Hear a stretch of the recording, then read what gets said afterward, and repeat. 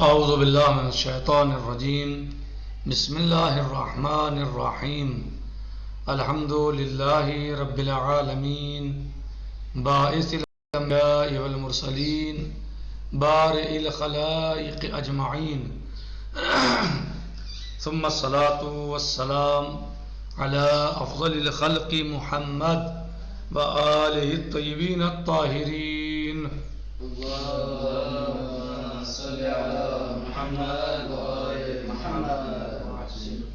وعجل فرجہم۔ ہمارا درس اور گفتگو ہے سورہ مبارکہ حجرات کی آیت نمبر 13 ذیل میں۔ اس میں اللہ عز و جل ارشاد فرماتا ہے اعوذ باللہ من الشیطان الرجیم بسم اللہ الرحمن الرحیم یا ایہا الناس انا خلقناکم من ذکر وانثی وجعلناکم شعوبا وقبائل لتعارفوا ان اکرمکم عند اللہ اتقاکم ان اللہ علیم خبیر۔ اے انسانوں، اے لوگوں، ہم نے تمہیں پیدا کیا ایک مرد و زن سے اور تمہیں ایک شعوب اور قبائل قرار دیا۔ لتعارفوا، اس کا سبب کیا ہے؟ کیوں شعوب اور قبائل قرار دیا؟ قبائل اور شعوب کیوں بنے؟ لتعارفوا، تاکہ تم پہچانے جاؤ۔ ان اکرمکم عند اللہ اتقاکم، اور یہ بات سمجھ لو کہ اللہ کے نزدیک نہ خاندان، نہ قبیلہ، نہ مال، نہ دولت، کوئی شے بھی اللہ کے نزدیک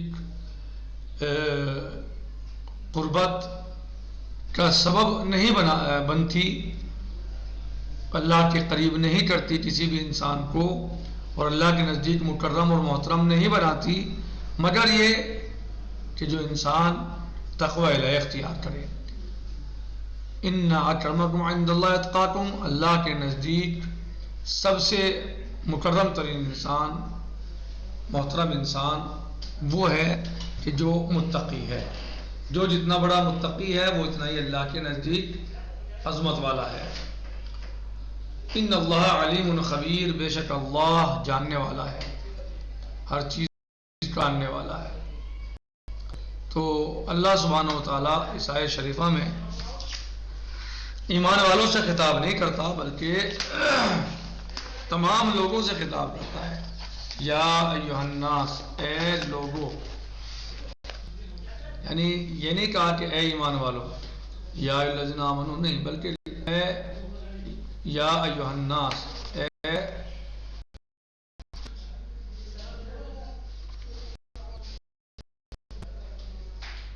اے لوگوں۔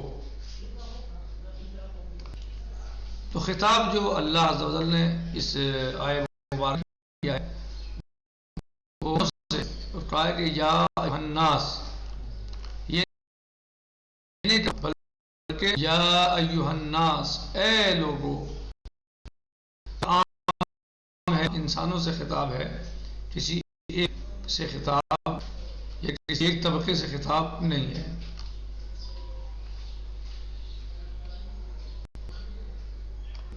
کہنے اب ہم جب وہ شعوب کسے کہتے ہیں، قبائل کیا ہیں، کسے کہتے ہیں، جیسے کہ اس آیت مبارکہ نے بیان فرمایا ہے کہ یا انا خلقناکم من ذکر وانثی وجعلناکم شعوبا وقبائل۔ یہ شعوب کیا ہے، کسے کہتے ہیں، ابھی جیسے بتائیں گے۔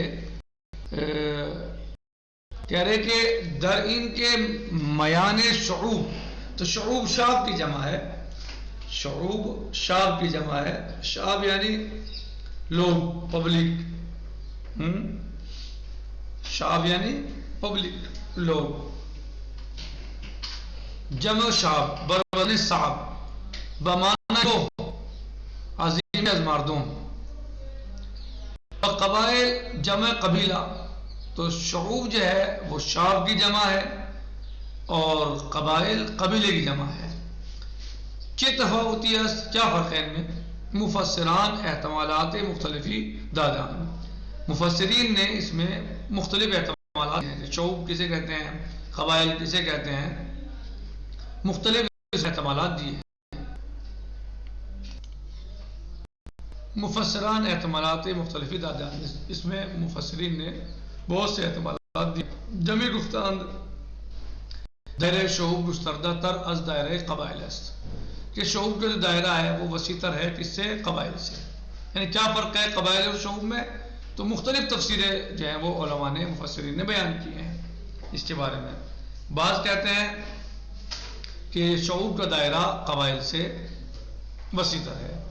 ظاہر ہے مثلا قبائل ایک قبیلہ ہے، قبیلے کی جمع ہے قبائل، تو یہ قبیلے کو مثلا جو ہے چھوٹا ہوتا ہے، اور پبلک تو پبلک ہے، تو آپ کا قبیلہ پبلک میں ہے، ان کا قبیلہ پبلک میں ہے، ان کا قبیلہ، سارے قبائل جو ہیں وہ مثلا پبلک میں آتے ہیں، یعنی پبلک ان کو بولا جائے، لوگ بولے جائیں، سب پہ صادق آتا ہے۔ جبکہ قبیلہ جو ہے وہ کسی ایک محدود دائرہ ہے، قبیلہ ایک حد ہے، قبیلے کوئی بھی قبیلہ اس کی حد ہوتی ہے، لیکن لوگ جو ہیں وہ ہر انسان اس میں شامل ہو سکتا ہے، تو دائرہ وسیع ہے۔ ہاں تور کے شعب امروز بر یک ملت اطلاق میں شود، اور اسی طرح جو ہے شعب جو ہے یعنی آج ایک ملت پر اس کا اطلاق ہوتا ہے، شعب یعنی فلاں ملک کے لوگ، ایک ملت پر جو ہے ان کا ایک اطلاق ہوتا ہے شعب کا۔ بعض شعوب را اشارہ با طوائف عجم با قبائل را اشارہ با طوائف عرب میدان۔ بعض علماء نے، مفسرین نے جو ہے وہ اشارہ کیا ہے طوائف، بعض طوائف کی طرف، طوائف عجم کی طرف۔ کیا اشارہ دیا؟ مثلا شعوب یعنی طوائف عجم، یعنی عجم کے طوائف، طائفہ یعنی طائف یعنی مذہب بھی کہتے ہیں، پارٹی، حصہ ہوگا، گروہ، صحیح ہے، طائفہ یعنی مذہب۔ تو بعض لوگوں نے، علماء یعنی بعض علماء مفسرین نے شعوب کا اشارہ طوائف عجم کی طرف دیا ہے، کہ عجم کے مثلا طوائف، و قبائل کا اشارہ با طوائف عرب، اور قبائل کا اشارہ یعنی طوائف عرب، یعنی بعض علماء نے، مفسرین نے یعنی اس طرف اشارہ کیا ہے کہ شعوب عجم کے طوائف کو بولتے ہیں اور قبائل عربوں کے طوائف کو بولتے ہیں۔ ٹھیک، کتنے فرق ہو گئے ابھی تک؟ دو، یعنی پہلے جنہوں نے کیا کہا کہ شعب عام ہے کس سے، وسیع تر ہے کس سے، قبیلے سے، یعنی قبیلے کا جو مفہوم ہے، مطلب ہے وہ تھوڑا تنگ ہے، کم ہے، اور شعب کا جو مفہوم ہے وہ اس سے وسیع تر ہے۔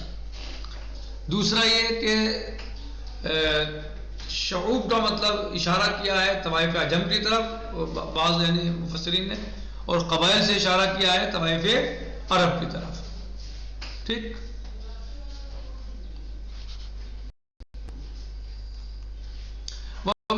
بعض دیگر شعوب را از نظر انتصاب انسان بمناطق جغرافیائی و قبائل ناظر با انتصاب او با نژاد و خون شمردہ آندہ بالآخر۔ اور بعض نے جو ہے وہ، بعض دیگر نے شعوب کو جو ہے وہ مثلا از نظر انتصاب انسان، انسانوں کے نسب کے اعتبار سے، یعنی انتصاب کے اعتبار سے، کس انتصاب، مناطق، علاقائی اعتبار سے اس کو نام دیا ہے۔ ٹھیک ہے، جغرافیہ کے اعتبار سے، یعنی فلاں جگہ رہنے والا، فلاں نسل کا مثلا انسان، فلاں جگہ کا رہنے والا، تو انہوں نے جو ہے مثلا وہ اسے کیا، جغرافیہ کے اعتبار سے یعنی نسبت دی ہے۔ شعوب کی نسبت کس اعتبار سے ہوتی ہے؟ جغرافیہ کے اعتبار سے، علاقوں کے اعتبار سے، مناطق کے اعتبار سے، گجراتی، صحیح، بہاری، بنگالی، علاقے کے اعتبار سے۔ وہ قبائل کا ناظر با انتصاب او با نژاد و خون شمردیان، اور قبائل کو جو ہے وہ نسبت دی ہے مثلا خون کے اعتبار سے، نسل کے اعتبار سے اس کی نسبت دی ہے۔ شعوب یعنی علاقے کے اعتبار سے نسبت، اور قبائل یعنی جہاں کا جو انسان جو ہے جس خاندان سے ہے، قبیلے سے ہے، خون کے اعتبار سے یعنی اس کو نسبت دی ہے، شمار کیا ہے۔ ولی تفسیر اول از ہمیں مناسب تر بہ نظر بھی رساد۔ ابھی صاحب کتاب فرماتے ہیں کہ لیکن یہ تفسیریں بہت سی ہوئی ہیں جن میں ہم کو بیان کیا ہے، لیکن اول جو ہے وہ زیادہ مناسب تر ہے۔ کون سی تفسیر اول؟ یعنی شعوب کا جو مفہوم ہے وہ وسیع تر ہے قبیلے کے، قبائل کے مفہوم سے، یعنی جو دائرہ شعوب ہے، دائرہ شعوب وسیع تر ہے دائرہ قبائل سے۔